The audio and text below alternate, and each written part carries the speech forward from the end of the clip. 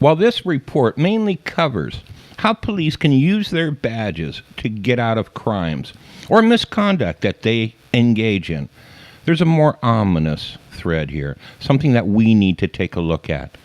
How powerful is the policemen's union?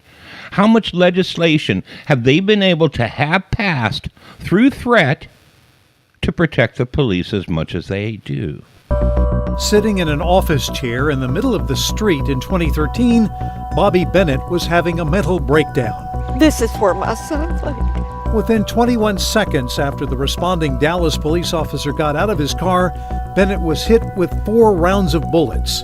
Today, he is permanently disabled. Did your son do anything at that point to cause these officers to fear for their lives? None.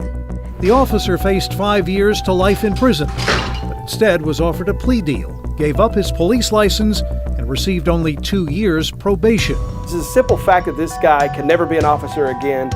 Is that justice for you and your family? No, it's not justice. He belongs behind bars. Tonight, we've analyzed hundreds of cases like that one. Some are well known, like the 2014 arrest of Sandra Bland. Others revealed for the first time in this KXAN investigation. Police officers across Texas getting lesser punishments, most never spending a day behind bars. All because when they break the law, they have something to bargain you and I don't, a badge. Here's KXAN investigator Jody Barr. Okay. You can't take me. This was the last time San Marcos Police Corporal James Palermo would ever make an arrest. Back in 2013, the 13-year police veteran arrested a Texas State University student who walked in front of his car during this traffic stop. What started as a lecture ended in charges of public intox and felony resisting arrest. Okay. I told you to put your hands behind your back. Come on. Hands are on the ground, come on. Dude. Stand up. The video shows Palermo slam the woman's face into the concrete so hard it broke 2 of her teeth and gave her a concussion. This wasn't the first time Palermo was accused of using too much force. Dude, will you take me? On the ground. On the ground.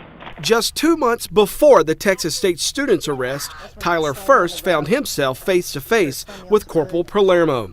First was already cuffed by another officer on a charge of criminal trespassing. Had this been caught on my case, it would have saved her literally being injured.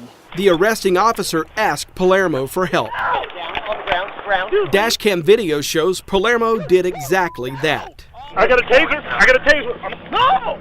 Taser! So you will be tased. Which he then did off camera. I told you not to move. I told you not to move. And you did move. I was in custody. All he needed to do is just put me in a squad car and take me to jail. I honestly have no idea what his motive was. I guess he was just having a bad day or just doesn't like his job or something. Investigators found this dashcam video while digging into other arrests Palermo made in the months before the Alexis Alpha assault.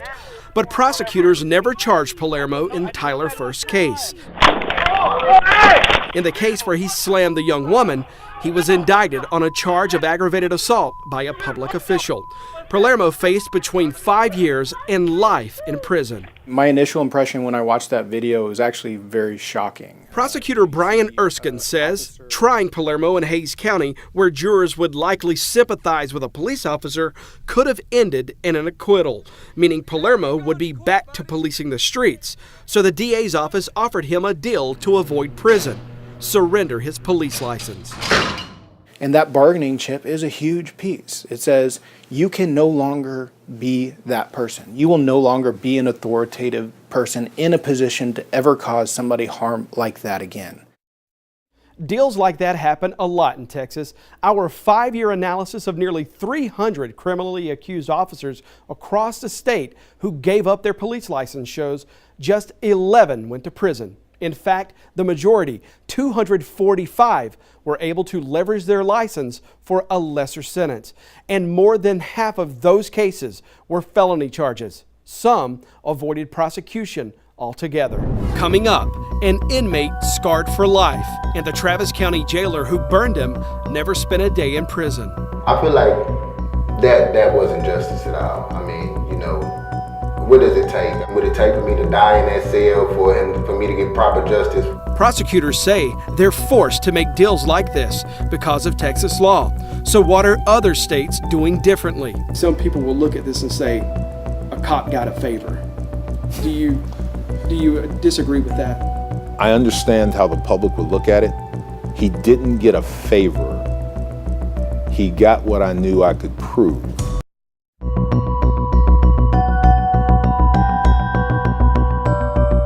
When it says what he's going to give up in this plea, surrender his license, his police license. Fair trade?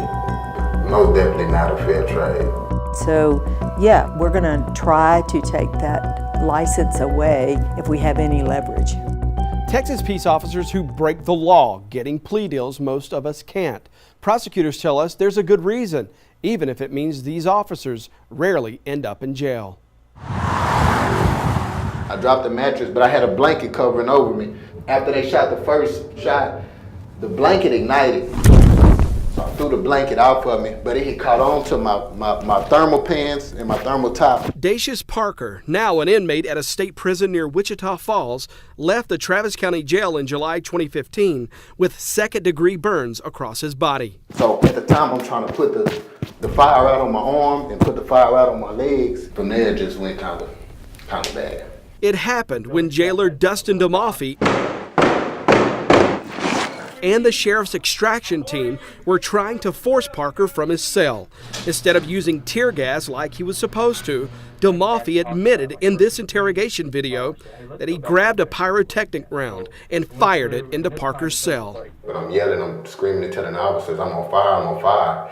And the officers are saying, oh, I thought you could take the gas. You know, they laugh and they thinking that it's just the gas that I'm talking about, but I'm actually on fire. My cell is actually on fire, so. Were they mocking you? They were mocking me, they were laughing. 2 years later, DeMolfi pleaded guilty to evidence tampering, not for setting the inmate on fire. You realize you shot the wrong round. Oh, tried and made a bad mistake, man. For taking evidence out of the jail after the fire, he could have faced 2 to 10 years in prison. Okay, took the canister, took the clothes, and you're out. That's what I feel happened. I told you I didn't take anything out of that box.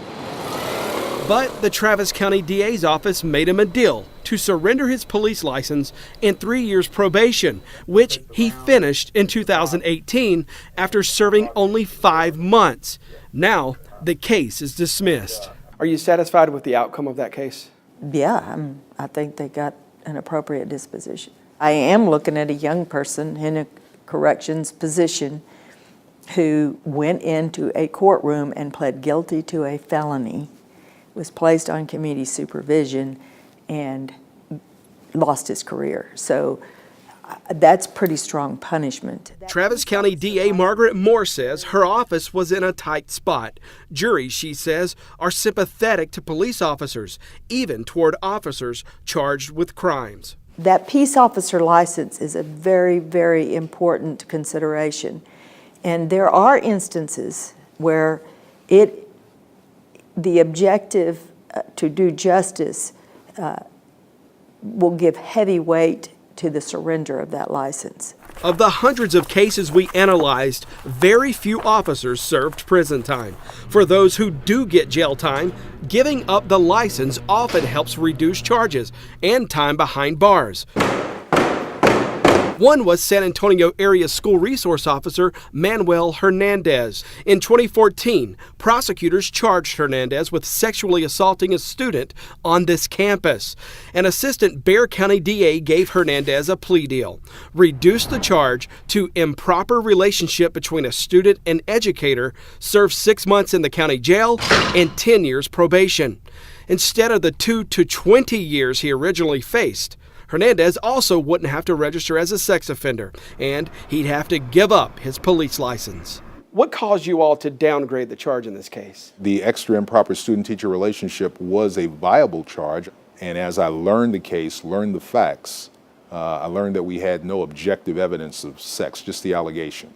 Harris thought a jury might not believe the student's testimony. The one thing I couldn't risk was that guy being able to raise reasonable doubt in a jury on her claims. He walks away with a lesser charge. He's not on the sex offender registry, He's no longer a cop. You think the public may have some trouble reconciling what this man said he did versus the punishment he got in the end? Yes, as you pose the question, I'd be a fool to disregard it. We knew we had to get that guy out of our business. Some people will look at this and say, a cop got a favor. Do you disagree with that? I understand how the public would look at it. He didn't get a favor. He got what I knew I could prove. The things that were not negotiable was his pleading guilty. Was not negotiable was you ain't a cop no more. In Texas, you most always need a conviction or a plea deal to take an officer's police license, but other states allow their police licensing boards to make that decision. Legally, TCOLE cannot do that here in Texas, so we turned to a 2015 study to see what that distinction might mean. That year, 93 licenses were pulled in Texas. The states with the most licenses pulled were Georgia and Florida. Both have far fewer police as a whole compared to Texas. But they also took a lot more licenses from officers, 562 and 399. Their licensing boards have that power, and experts like St. Louis University law professor Roger Goldman say Texas's conviction hurdle is the reason its figure is so much lower. He spent 40 years researching decertifications in all 50 states and says the numbers in Texas would surge if Texas lawmakers allowed TCOLE to strip police licenses. There's no doubt in my mind that if you expanded the grounds for which you can lose a license, and particularly the commission of an act like perjury, sexual offenses, those sorts of things, you would have many, many more than 69 decertifications. I'm an attorney, and if I commit malpractice, I have to pay the consequences of that. I can't just turn in my law license and, get away scot-free. Does it appear that there is a two-tier system of justice here, one for police officers and one for everybody else? Yes, absolutely. You and I, if we commit, these same crimes, we aren't able to get away with them just like these officers are. Our investigation got the attention of Texas House Criminal Jurisprudence Committee member, Representative Jessica Gonzalez. Her staff took a look at our research and is already pulling records from TCOLE on what we uncovered. Now, she says it's obvious something needs to be fixed. That fix, the representative tells me, might take changing Texas law to allow the state, instead of plea deals, to decide who holds a peace officer license. Well, the problem there, lawmakers will be heading home in the next few days. This won't happen anytime soon. It won't. We're 18 months away from the next legislative session, 18 months away from any new bills. But we will definitely stay on top of this. All right, Jody, thank you. And one of the state's largest law enforcement groups doesn't see Texas's current system as problematic.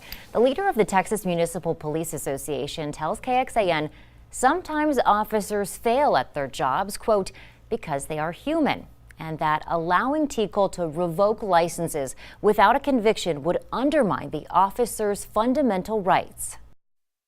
Let me clarify that statement for you. What the union is stating, and what they're admitting to, outright, without us realizing it is, yes, police are above the law. They are in a whole different category than the rest of us.